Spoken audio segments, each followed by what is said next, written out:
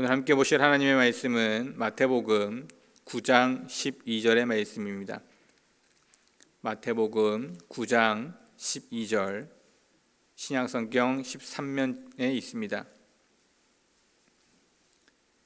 마태복음 9장 12절 말씀 함께 합독하도록 하겠습니다. 예수께서 들으시고 이르시되 건강한 자에게는 의사가 쓸데없고 병든 자에게라야 쓸데 있느니라. 아멘. 오늘 본문은 그 앞절에 있는 10절과 11절의 내용에 대한 예수님의 대답입니다. 예수님께서 마태의 집에서 식사를 하고 계셨는데 함께 식사한 사람들이 세리와 죄인들이었습니다. 세리와 죄인들과 함께 식사를 하고 있는 모습을 본 바리새인들이 예수님께 어찌하여 죄인들과 세리들과 식사를 하냐고 물으셨습니다. 우리는 글로 보기 때문에 그럴 수도 있지, 또 예수님이 그러한 일들 때문에 이 땅에 오셨는데 당연한 것이 아닌가 하고 말씀을 할 수 있을지도 모릅니다. 하지만 지금 우리의 모습에 비교해 보면, 지금 우리 현대로 해석해서 이야기를 해본다면 그 말이 이해가 되어질 수도 있습니다. 죄인, 세리는 당시에 많은 사람들이 꺼려했던 사람들이었습니다. 지금의 시대로 바꿔본다면 범죄자, 사채업자와 같은 사람들입니다.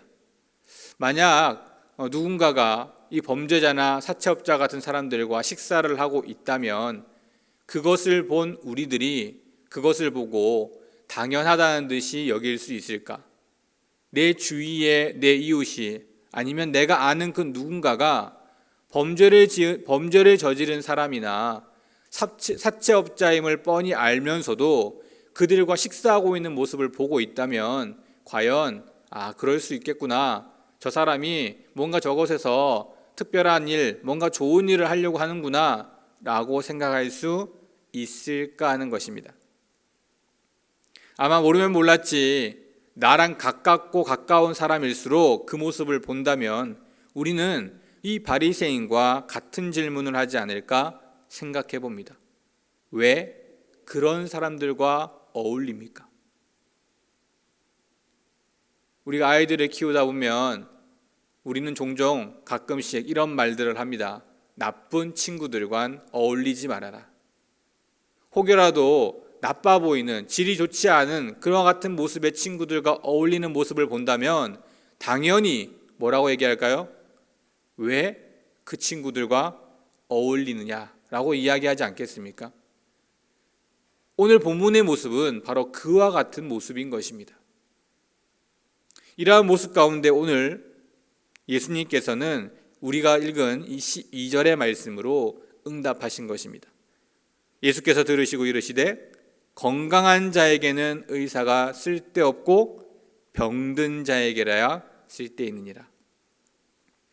오늘 본문에서 묵상할 수 있는 단어들을 조금 찾아본다면 예수님, 또 들으시고, 건강한, 의사, 쓸데없고 병든 자, 쓸데있다 등의 단어들을 찾아볼 수가 있습니다. 오늘 저는 이 본문에서 의사와 그리고 쓸데있다는 내용들을 가지고 여러분들과 함께 잠깐 살펴보려고 합니다. 왜 예수님께서는 병든 자에게 의사가 필요하다는 말을 했을까요? 지금 우리가 보고 있는 이 죄인과 세리는 병든 사람이 아닙니다. 죄를 짓고 당시에는 꺼려하는 사람들이긴 했지만 병든 이는 아니었음에도 불구하고 예수님께서는 그들을 병든 자로 포함하고 있습니다. 조금 더 풀어서 이야기한다면 아픈 사람으로 표현을 하고 있는 것입니다. 겉으로 보이는 그들의 모습은 전혀 아픈 것이 아니라 오히려 힘있고 능력 있는 모습이었습니다. 사람들을 괴롭히고 사람들에게서 물건을 되찾기 위해 힘을 쓰는 그와 같은 사람들의 모습입니다. 전혀 나약해 보이지 않는 자들입니다. 그럼에도 불구하고 예수님께서는 아픈 사람으로 표현하고 있는 것입니다. 사람들은 그들의 겉모습을 보았을지 모르지만 예수님께서는 그들의 영혼을 보신 것입니다. 겉으로 보이는 모습은 강해 보이고 겉으로 보이는 모습은 꺼려하게 될 그와 같은 모습일지 모르지만 그들의 영혼이 병들어 있음을 예수님께서는 말씀하신 것입니다. 하나님을 알지 못하고 그들의 삶은 죄로 물들어 있었기 때문입니다. 즉 영혼이 죽어가고 있고 영혼이 병들어 있었기에 예수님께서는 그들과 함께하며 그들의 영혼을 살리는, 생명을 살리는 의사임을 표현하고 계셨던 것입니다. 또 하나 살펴볼 것은 꼭 이와 같이 죄인이나 사채업자 같은 이와 같은 사람들뿐만 아니라 일반적인 사람들 안에서도 예수님을 알지 못하거나 하나님을 믿지 못하는 사람들이 있을 수 있습니다.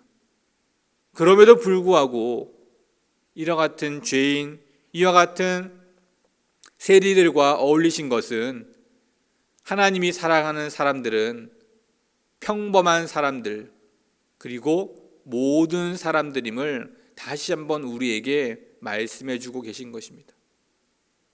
우리는 영혼을 살리는 일을 생각하면, 즉 복음을 전하는 일을 생각하면 우리의 기준에서 내가 전할 수 있는 사람들에게만 전하는 경우들이 많습니다. 하지만 우리가 정말로 생각해야 될 사람들은 우리가 생각했을 때 죄를 저지르고 함께하지 못할 것이라 생각하는 그들까지도 우리는 생각할 수 있어야 한다는 것입니다. 물론 쉬운 일은 아닙니다. 범죄자들에게 다가가는 일, 또한 그들이 또다시 범죄를 저지르지 않는다는 보장이 없기에 여러 가지 많은 생각이 드는 것은 사실입니다. 그렇다고 여러분들에게 그들을 찾아가고 그들을 보듬어 안으라는 이야기가 아닙니다. 최소한 그들을 바라보는 시선은 달라져야 한다 생각합니다. 죄는 미워하되 사람은 미워하지 말라는 말이 있습니다. 그들이 죄를 지은 것은 마땅히 벌받아야 하고 마땅히 많은 사람들에게 손가락질을 받아야 하는 일인지도 모르지만 그 사람 자체는 미워해서는 안 된다는 것입니다. 우리 또한 그들에게 다가가는 것은 힘들고 어려울지 모르지만 최소한 그들을 긍휼의 마음으로 바라보고자 하는 그와 같은 마음은 있어야 하는 것입니다. 내가 그들을 용서하고 용서하지 않고의 문제가 아니라 하나님께서 그들을 사랑하고 계시기 때문입니다. 우리의 생각과 우리의 모습이 최소한으로 그들에게 정말 불쌍한 이들임을, 긍휼한 이들임을 바라볼 수 있는 모습은 최소한 있어야 되지 않을까 생각해 봅니다. 왜냐하면 태어나면서부터 나는 나쁜 사람이라고 낙인 찍고 태어난 이들은 아무도 없기 때문입니다. 어쩌면 그들도 어쩔 수 없는 여러 많은 상황 속에서, 환경 속에서 그렇게 내몰리고 있는 그와 같은 모습이 있을 수도 있기 때문입니다.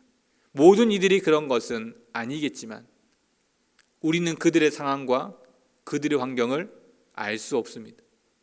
그렇기에 최소한 그들을 긍휼의 마음으로 바라볼 수 있고 또 그러한 모습 가운데 기회가 된다면 그들에게 복음을 전하고 함께 나아가는 것 또한 우리들에게 필요한 것임을 예수님께서는 말씀해 주고 있는 것입니다.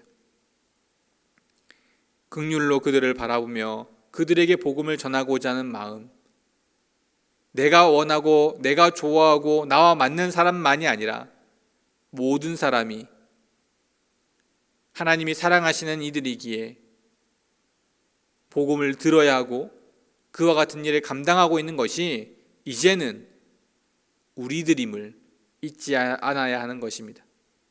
오늘의 격언을 만들어 보았는데요. 우리는 영혼의 의사이다. 우리가 생명을 살리는 일, 육체적 생명을 살리는 일은 감당할 수 없지만 영혼을 살리는 방법은 알고 있기에 우리 또한 모든 이들의 영혼을 살리는 일 항상 잊지 않고 기억하고 기회가 되고 또 할 수 있는 모습이 된다면 그 일들을 감당하는 것이 우리의 모습임을 항상 기억해야 되는 것입니다. 오늘 하루도 영혼의 의사로서 생명을 살리는 일, 내가 있는 자리, 내가 있는 모습 속에서 그 일들을 감당하시는 우리 모든 성도님들 되시기를 주님의 이름으로 축원드립니다. 기도하겠습니다. 하나님 감사합니다. 하나님의 귀한 사랑으로 저희들을 품어주시고 또 저희들이 하나님의 그 놀라운 사랑을, 그 놀라운 은혜를 깨닫게 하심으로 하나님의 귀한 백성 되게 하셨고 또한 그 일들을 감당할 수 있도록 능력을 주시며 지혜를 주시며 은혜를 주신 것을 기억합니다. 예수님께서 영혼을 살리는 일에 모든 것을 다 쏟아부으신 것처럼 우리 또한 우리가 있는 곳에서 나의 자리에서 생명을 살리는 일에 최선을 다해 나아갈 수 있도록 은혜를 더하여 주시옵소서. 쉽지 않은 일인 줄 압니다. 하지만 하나님께서 함께 동행하여 주시고 지혜와 능력 주셔서 그것들을 감당할 수 있도록 주님께서 은혜를 더하여 주시고 그 일들을 통해 내 평생의 삶에 생명을 살리는 일, 영혼의 생명을 살리는 그와 같은 삶을 살아갈 수 있도록 은혜를 더하여 주시옵소서.